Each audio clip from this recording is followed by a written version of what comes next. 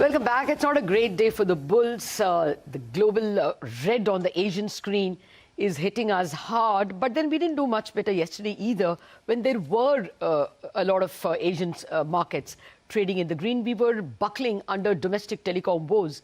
And precisely to explain that and its impact on the banking sector, we have with us IDFC First Bank's CEO and Managing Director, V. Vaidyanathan. Mr. Vaidyanathan, good morning and thank you very much for joining us. You are one of the few guys who have made very high provision for your exposure to Vodafone Idea, you told us at the conference call. But you're also one of the banks with very high exposure. Can you just give us your numbers? What is your telecom exposure? How much is provided? On the telecom front, we have a total exposure of rupees 5,900 crores, of which 2,700 crores is for Bharti and Jio put together, and we have a 3,300 crore exposure for Vodafone, of which we have taken 50% provisions. Okay.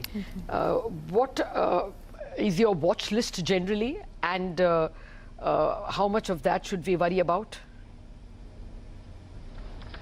Well, I think that on the other two names other than Vodafone, of course, I hope you agree with me, there's nothing to worry about. We don't worry about it. And therefore, the only issue is on Vodafone, which I think there's so much of talk going around, and we will see how it plays. Excepting these two accounts, except the telecom sector, we have put out a total exposure of 3,487 crores, roughly 3,500 crores, as a watch list exposure, which we are tracking on a quarter-on-quarter basis, which we've been disclosing and talking to your channel from time to time. So how much of an NPA do you expect from the watch list, and over the next few quarters, given that you have this large exposure, do you expect some more pressure on asset quality? So let's take them separately. On if you mean your question is for Vodafone, we don't expect. We already provided 50%, which we think is quite appropriate. When we announced these results at that point of time, we had anticipated these events coming our way because clearly the management themselves were saying that they had concerns going as a going concern. We have anticipated and already provided 50%, so we don't expect to take further more provisions the next quarter unless something dramatic happens between now to the next results. But all that has happened until yesterday evening has already been factored in the provisions. We don't expect to take any more provisions the next quarter for this particular account. Okay. No. Now, if you can speak about that 3,400 of watch list. In that, now that we are 6 weeks into the new quarter, would you worry that there can be some NPAs from there? On that, we have disclosed that we've taken a 51% provision already from that 3,400 crores, and there is a breakup of that, and of that, basically, I'll just give you a breakup for the viewers. We've got exposure towards the Reliance Capital, Diwan Housing, and SECAL, the unfortunate incident of Bangalore. All put together, we had exposure of 1,334 crores. We are broadly well provided on that account, as you know. We provided 75% for the first two names. Then we got a toll company, which we feel is okay. We've got 852 crores of other legacy watch list accounts. This is the only account we're watching closely, but we think we're well provided there. Okay. In your retail book of over 51,000 crores, can you break it up for us between secured and unsecured? Because many banks have guided for a risk in the unsecured retail book. Would you be cautious as well? No, on the unsecured book, I think conversations are largely academic. We are absolutely seeing no risk, no improved parameters, credit losses on the unsecured or secured. The portfolio is behaving very well. I'd like to give a bit of a color on that front. We have of the 51,000 crore book, close to about 40% is the MSME book. Close to about 50% or 49% is the consumer financing book, and close to 11% is housing finance. For us, each one of these three segments is actually behaving very well. There's no problem at all. Okay. No, it's just that there are small worries, coronavirus and maybe some trade delays as well. State governments are not paying bills. So may not be able to pay bills. People connect anything with, I know people connect anything with anything, but I don't think coronavirus has got anything with secured or unsecured in India at this point of time. Okay. So, no, if it is not hitting any MSME, we are, yeah. Go ahead. No, we're absolutely okay.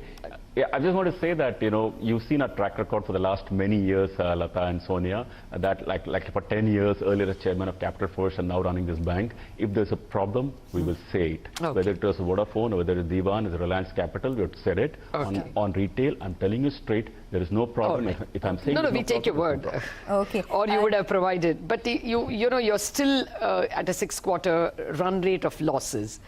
Does that change in the second half of this year?